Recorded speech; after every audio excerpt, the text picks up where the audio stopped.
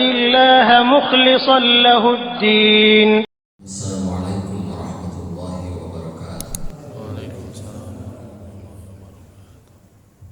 الحمد لله رب العالمين والصلاة والسلام على سيدنا محمد وعلى آله وصحبه أجمعين.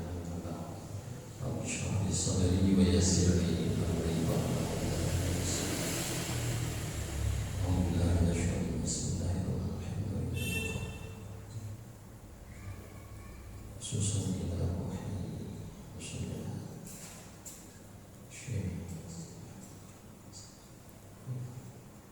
الفاتحة. أعوذ بالله من الشيطان الرجيم. بسم الله الرحمن الرحيم. الحمد لله رب العالمين الرحمن الرحيم مالك يوم الدين. إياك نعبد وإياك نستعين اهدنا الصراط المستقيم صراط الذين أنعمت عليهم غير المغضوب عليهم ولا الضالين.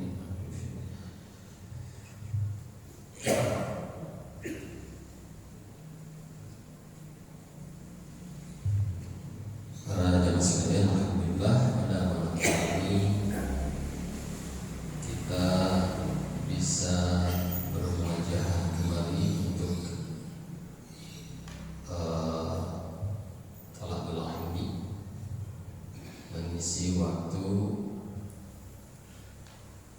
sambil menunggu waktu sholat isya. Pada kesempatan hari ini seperti yang sudah disampaikan, kita akan membuka salah satu kitab yang berisi tentang berbagai hal yang berkaitan dengan amaliyah kita. Kalau dibaca semua itu komplit sebenarnya. Ya, di malam ini saya kebetulan tadi ketika mutolaah itu terbersit satu judul ya yang berkaitan dengan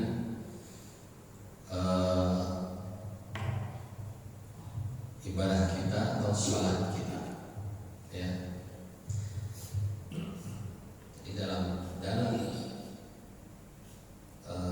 kitab ini judulnya ini pada malam ini kita membuka ini aja tema ini. Kitabnya sama, namanya Khazinatul Asrar, Jalilatul Adhkar. Khazinatul Asrar, khazinah itu tempat, satu wadah. Asrar itu jamak dari sir, rahasia. Dengan lamun diterima bebas karena ieu teh kitab tentang berbagai macam rahasia yang berkaitan dengan ayat-ayat Al-Quran, hadis Rasulullah dan sebagainya. Siapa pengarangnya? Itu Syekh Muhammad Haqqi An-Nazli. Ya, Haqqi An-Nazli. Baik, judul yang akan kita buka saat ini adalah Babul Ahadits Shahihah Al-Waridah fi Dhammi Sadiqil Ladzi Yasruku min Salatihi wa Ruku'ihi wa Sujudihi. Ya, bab tentang hadis-hadis yang sahih yang diriwayatkan ya, yang warid yang datang dalam mencela orang yang mencuri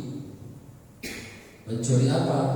Yaitu orang yang mencuri dari sholatnya dalam rukunya dan sujudnya.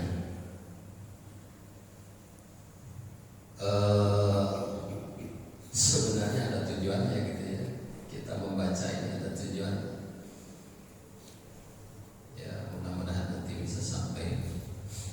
Tapi untuk kita ini, terkadang kita itu suka rusuhannya, rusuhan teh, kadang nanti lupa. Hari rusuhan atau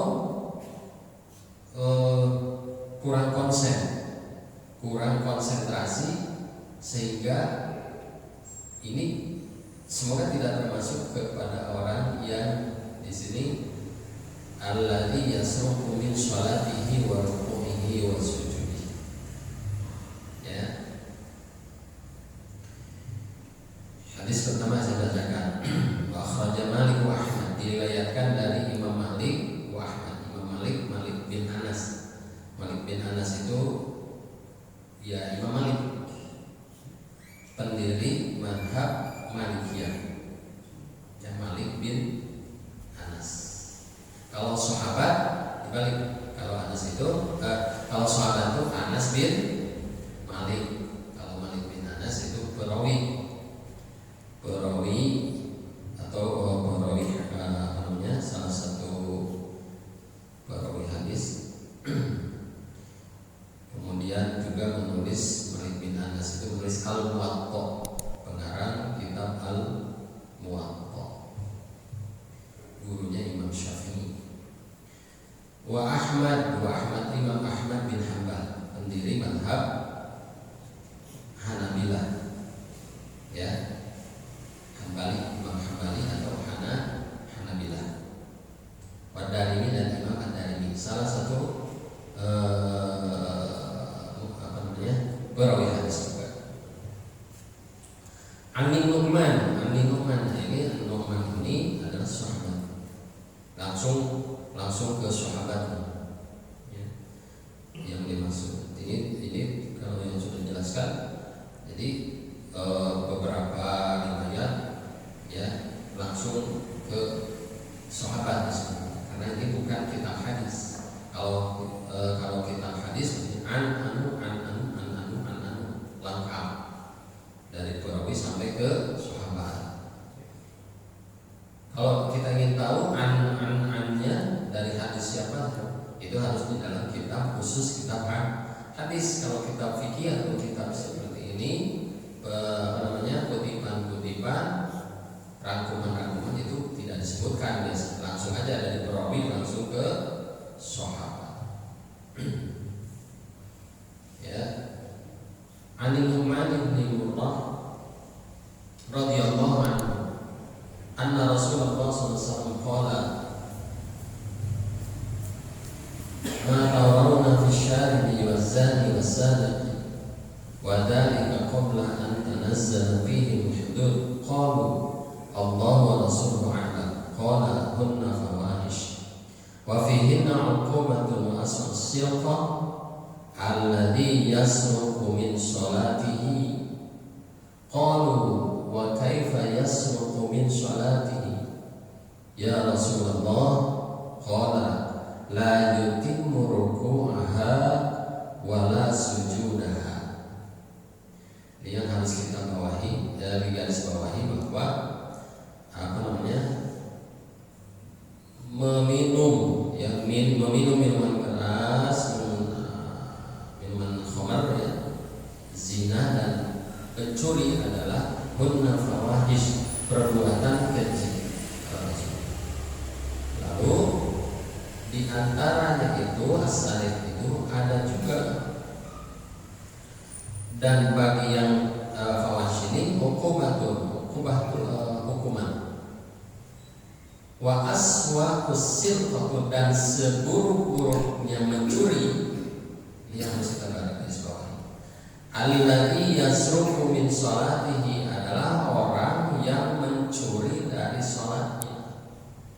Qalu, para sahabat bertanya, wa kaifa yasruqu min sholatihi ya Rasulullah? Gimana atau kumaha lu disebutkan mencuri dari salatnya? Rasulullah menjawab, bersabda, qala la yutimmu ruku'aha, dia tidak menyempurnakan ruku'nya, wala sujudaha, dan tidak menyempurnakan sujudnya. Itu hadis pertama. Selanjutnya dulu ya. Lalu diriwayatkan oleh Imam Ahmad an Abi Qatadah, dari riwayat lain diriwayatkan oleh Imam Ahmad juga, tapi dari sahabat Abi Qatadah radhiyallahu anhu qala Rasulullah sallallahu alaihi wasallam aswa'an nasi sirqatan, seburuk-buruk manusia dalam mencuri. Alladzi yasruqu min sholatihi, yaitu orang yang mencuri dari sholatnya. Qalu, bertanya para sahabat, ya Rasulullah, wahai Rasulullah, wa kaifa yasruqu min sholatihi, bagaimana orang yang mencuri dari sholatnya itu? Qala, Rasulullah menjawab, la yutimmu ruku'aha wa la sujudaha. Sama. Jadi dari riwayat dari Abi Qatadah, sahabat Abi Qatadah.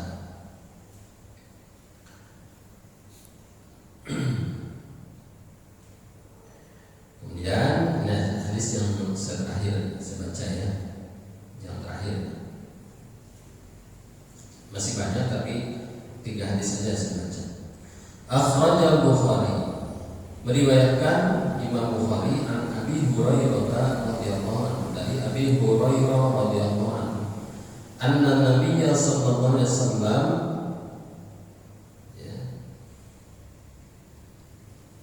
dakhala al-masjid, masuk ke masjid. Fa dakhala rajulun, lalu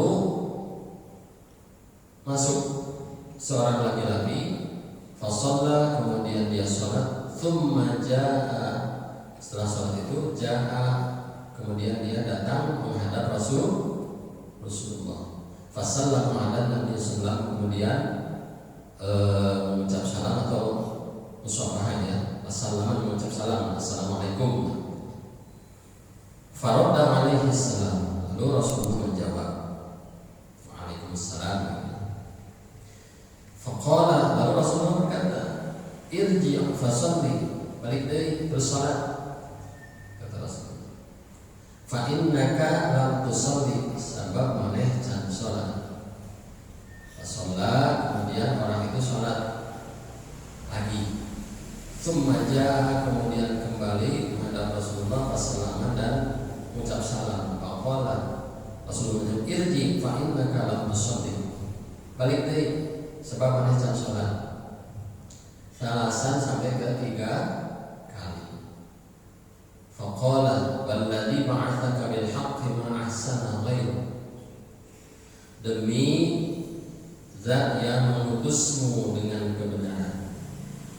Fa'allimni ya Rasulullah, lalu orang itu berkata, fa'allimni ya Rasulullah, mengajarkanlah kepadaku ya Rasulullah. Qala, Rasulullah menjawab, idza qumta ila sholati, apabila engkau mendirikan sholat, fakabbir, maka bertakbirlah engkau, atau ihram maksudnya.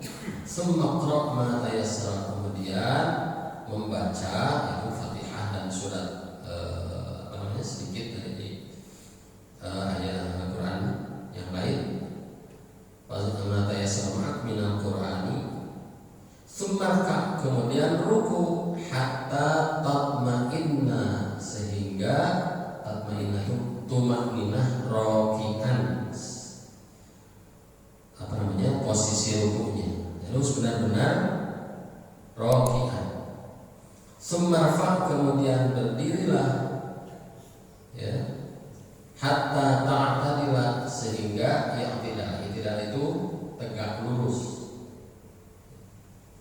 Hatta ta'tadila qa'iman, sehingga tegak lurus, qa'iman berdiri. Tsumma sujud, lalu sujudlah engkau, hatta tatma'inna sajidan, sehingga engkau tumakninah dalam sujudnya. Tsumma kemudian berbangunlah, hatta tatma'inna jalisan, sehingga kamu tumakninah dalam dudukmu. Tsumma sujud, kemudian sujudlah engkau, hatta tatma'inna sajidan. Tsumma fa'al dzalika fi sholatika kulliha, maka lakukanlah hal seperti itu di dalam salatmu seluruhnya. Nah, ini hadis yang menyatakan bagaimana tumakninah di dalam sholat ya, yang seringkali kalau riwayat yang terakhir ini sering kita dengar ya riwayatnya, pada seorang yang datang sholat menghadap Rasul terus disuruh sholat lagi. Itu tentang tumaninah, sholat. Nah, lalu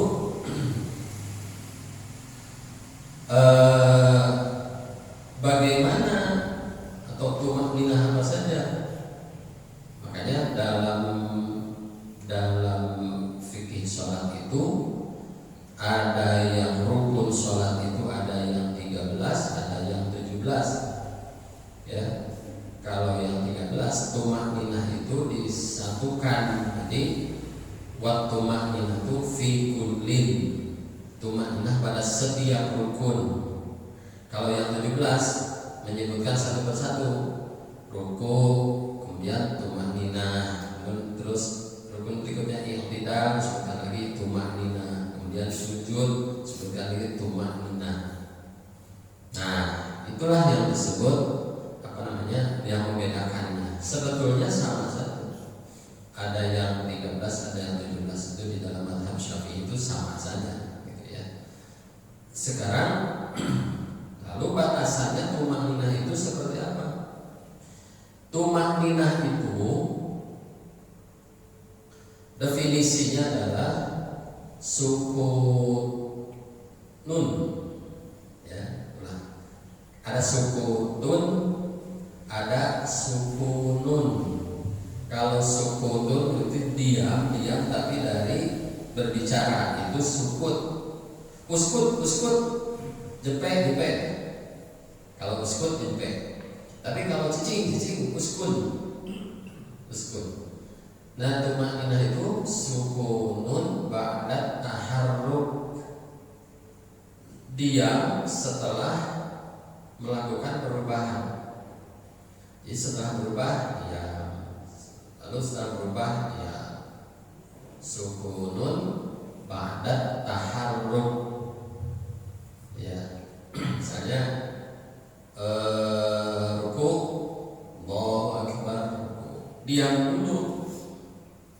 Sami Allahu liman hamidah, diam dulu sampai seluruh anggota badan diam. Jadi kalau anggota badan masih gini,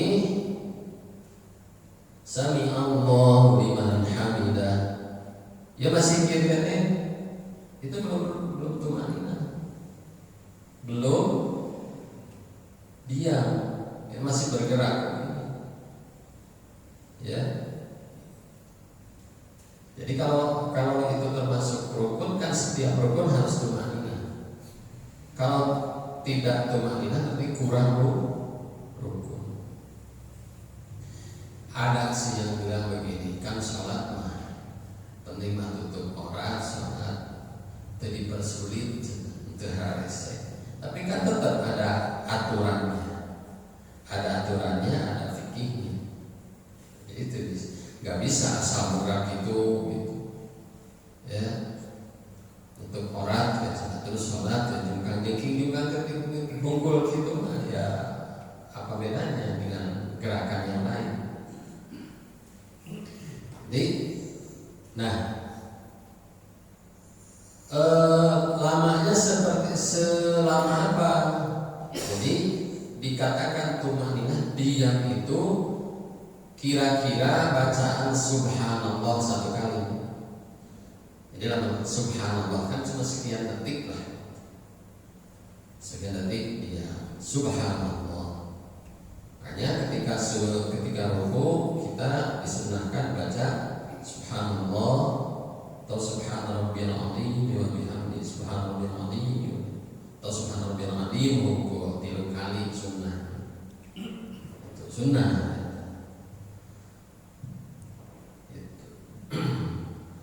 Ari bacaan subhanallah nama bukan rukun, sunnah hayat, ya, termasuk sunnah hayat, artinya sunnah yang apabila lupa tidak dilakukan tidak harus diganti sujud sahwi.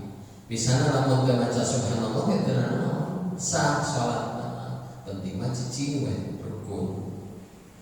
Tumaninah berhenti aja dulu sebentar, cuma berapa detik. Subhanallahil azim wa bihamdihi sampai betul-betul diam. Lalu berdiri sami Allahu liman hamidah. Biasanya ayat makna piraku ini biar tuh lebih lah dari berapa. Nah kasusnya sering kita lihat ya, belum berdiri udah langsung kayak gitu ya. Ya, sami Allah liman langsung sujud. Ya, ini agak susah juga mengingatannya, kecuali dipanggil diajak ngobrol. Ya, jadi belum sampai berdiri udah sujud deh. Itu biasanya di itu Suryalaya ada. Hah? Di Suryalaya ada. Anu kumaha? Itu. Ada jauh-jauh orangnya. Kan mencontoh dari sana karena orang sana di masjidnya berarti. Jadi itu. Nah, itu ya. Iya. Ya, selama yang kita ketahui, ya, dilihat dari hadis ini saja tadi sudah jelas kan. Ruku hatta apa tadi? Tatma'inna raki'an warfa hatta ta'tadila qa'iman, sampai berdiri tegak itu hadis Rasul. Dalam untuk itu kita hadis Rasul seperti itu, gitu ya. Ya di mana wae namanya. Nah, kayaknya harus diajak ngobrol Pak Manto ngomong itu. Dan sujudnya gitu. Nah, gitu. Auran beas. Masih hadis auran beas. Gitu ya. Sehingga tinggal kur gitu. Sehingga macokan beas. Jadi sebetulnya ya cuma berarti sejenak sukunun ba'da taharuk atau ba'da harakatin, perlunya diam sejenak setelah bergerak. Itu nggak lama, 2-3 detik lah. Sudah termasuk tumanina. Begitu pun sujud, ya sujud, kemudian hatta tatma'inna jalisan, sampai sempurna. Kemudian summa sujud hatta tatma'inna sajidan. Gitu ya. Yang seringkali terlewat itu yaitu pasti tidak ya. Kalau yang sujud gitu masa jarang kelihatan iman. Kalau yang tumaninah juga ada di dalam ruku itu seringkali kita melihat. Ini yang harus kita ya mudah-mudahan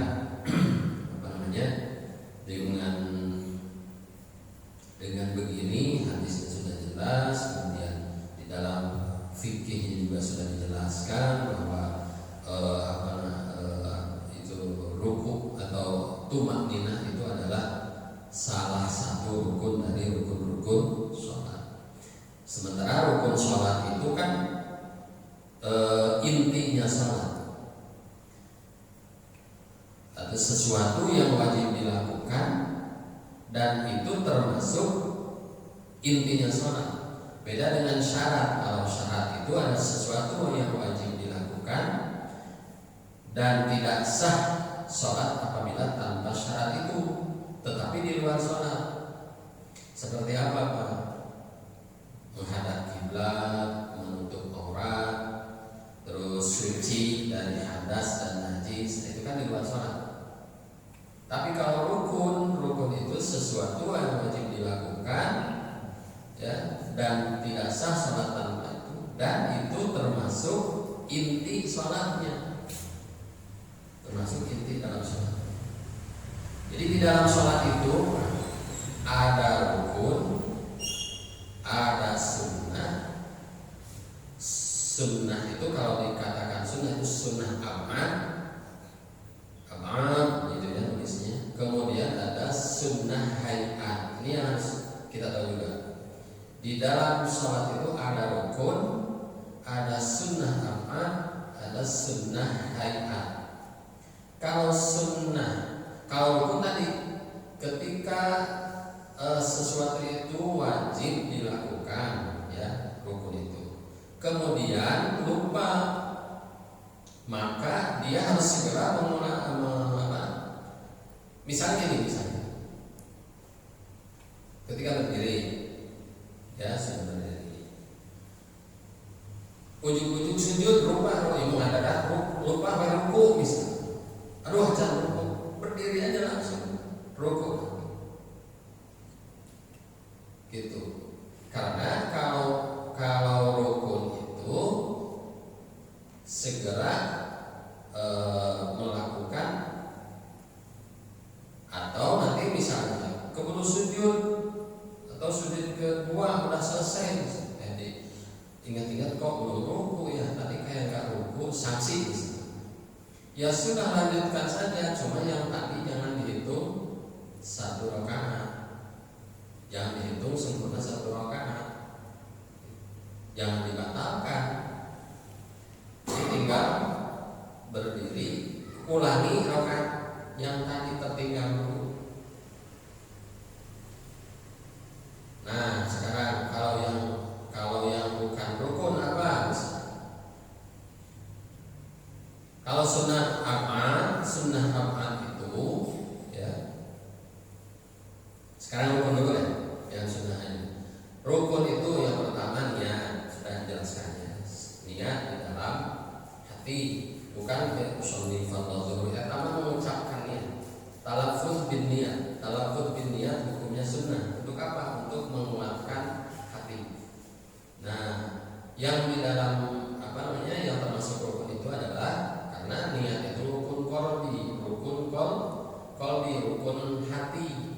Jadi yang meniatkan hati, Allahu Akbar, hati kita, ya, qasdus syai'i muqarranan bi fi'lihi, maksud melakukan sesuatu berbarengan dengan perbuatannya. Allahu Akbar, hati niat habis sholat zuhur 4 rakaat. Nah, lalu rukun berikutnya adalah setelah niat takbiratul ihram, ya. Berbarengan dengan takbiratul ihram, Allahu Akbar. Takbiratul ihram itu ucapan Allahu Akbarnya, bukan mengangkat tangannya. Jadi kalau misalnya kieu itu belum rukunnya mengucapkan Allahu Akbar, dan harus diucapkan karena Allahu Akbar itu termasuk rukun qauli, rukun yang diucapkan, bukan rukun hati. Angkat tangan rukun dina hati itu tidak sah. Nah, Allahu Akbar harus diucapkan, ya. Ngomong bari luar gitu. Itu mengucapkan Allahu Akbar, dan angkat tangan nama sunnah hayat, ya. Itu angkat tangan itu ayat ya. Kalau kita biasa tangan disimpan di sini, ya. Kemudian membaca Fatihah juga rukun qauli. Bagaimana apakah harus mengucapkan? Nah, beda lagi dengan berjamaah dengan munfarid. Kalau munfarid atau sholat sendiri ya harus membaca Fatihah. Kalau yang berjamaah, ya ada dalilnya, cukup mendengarkan bacaan imam. Atau yang misalnya saya ingin membaca ya. Terus setelah itu rukun berikutnya adalah rukuk. Kita harus tahu ya rukun. Lalu mengangkat tangannya gimana, Pak? Nah, itu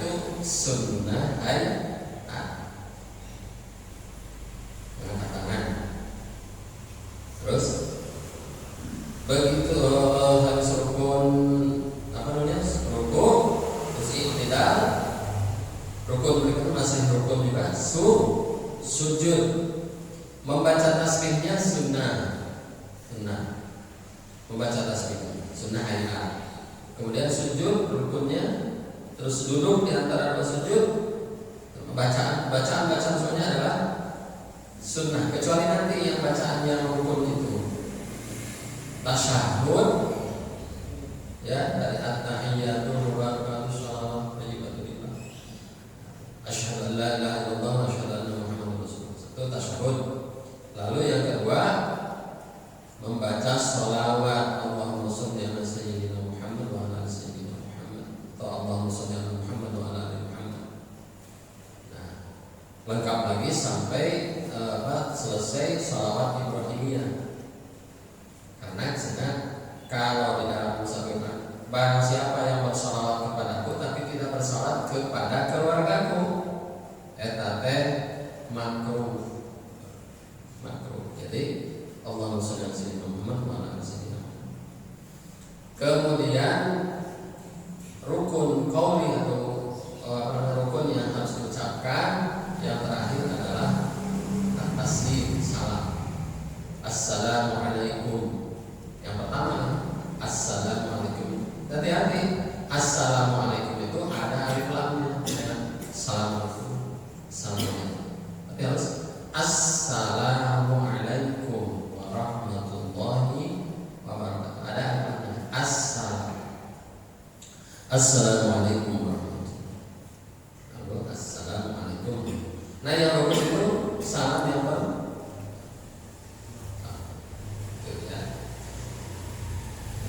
Salamnya di mana, sampai wabarakatuh atau enggak? Ya, dalam keterangan kita itu assalamualaikum warahmatullahi wabarakatuh. Dalam sholat fardu yang lain, dalam sholat biasa itu assalamualaikum warahmatullahi. Baru dalam sholat jenazah itu baru assalamualaikum warahmatullahi wabarakatuh. Itu rukun ucapan yang harus diucapkan, rukun qauli. Ya, rukun qauli ada 5. 1 takbiratul ihram, 2 Fatihah, ketiga berarti tasyahud, shalawat dan salam. Tuh yang harus diucapkan. Tidak boleh dengan hati. Ya, bukan dengan hati karena rukun qauli. Karena rukun fi'li yang tadi. Kalau rukun fi'li harusnya berdiri. Nah, kalau berdiri gimana? Berdiri rukun fi'li. Berdiri fil fardiyati. Berdiri pada sholat fardu itu rukun. Lalu kalau begitu, kalau sholat sunat boleh nggak berdiri? Boleh. Kalau dalam sholat sunat boleh sambil berdiri, boleh meskipun tidak sakit. Karena rukun berdiri itu pada sholat fardu.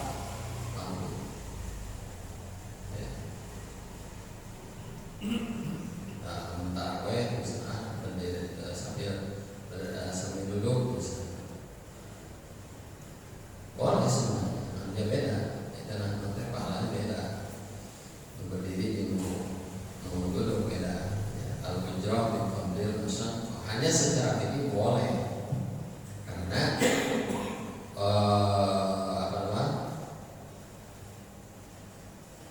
wal qaimu ala qadidi, rukun itu wal qaimu fil fardiyati ala qadidi boleh. Jadi rukun berdiri, kemudian rukun, kemudian i'tidal, kemudian sujud, dan duduk di antara dua sujud, dan sujud kedua. Lalu ini mengangkat tangan, ya, mengangkat tangan apa setiap rakaat mengangkat tangan atau takbir intiqal, Allahu Akbar. Sok aya mengangkat tangan, ya. Yang sunnah mengangkat tangan itu ketika setelah tasyahud saja. Kalau rakaat kedua tidak sunnah. Ya. Lalu rakaat ketiga setelah tasyahud baru sunnah. Nah, sunnahnya sunnah hayat. Apakah misalnya yang mengangkat tangan pada rakaat kedua bagaimana? Ya. Kalau misalnya mengangkat tangan pada setiap rakaat sampai meyakini itu adalah sunnah atau qomah itu bisa jadi bisa membatalkan, karena menambah rukun, menambah perbuatan di dalam sholat, bisa jadi bisa membatalkan sholat kalau sengaja. Kalau tidak jadi apa? Tapi kalau sengaja itu ditambahkan, itu bahkan meyakini sebagai rukun, itu malah jadi bisa membatalkan. Jadi yang sunnah itu ketika setelah tasyahud. Alhamdulillah waktunya sudah masuk ke Isya. Mudah-mudahan apa yang sudah disampaikan ini insyaallah nanti banyak di hal-hal yang lain yang perlu kita kupas. Baik itu dari segi bacaan, dari kita lihat. Terima kasih atas perhatiannya. Wassalamualaikum warahmatullahi wabarakatuh.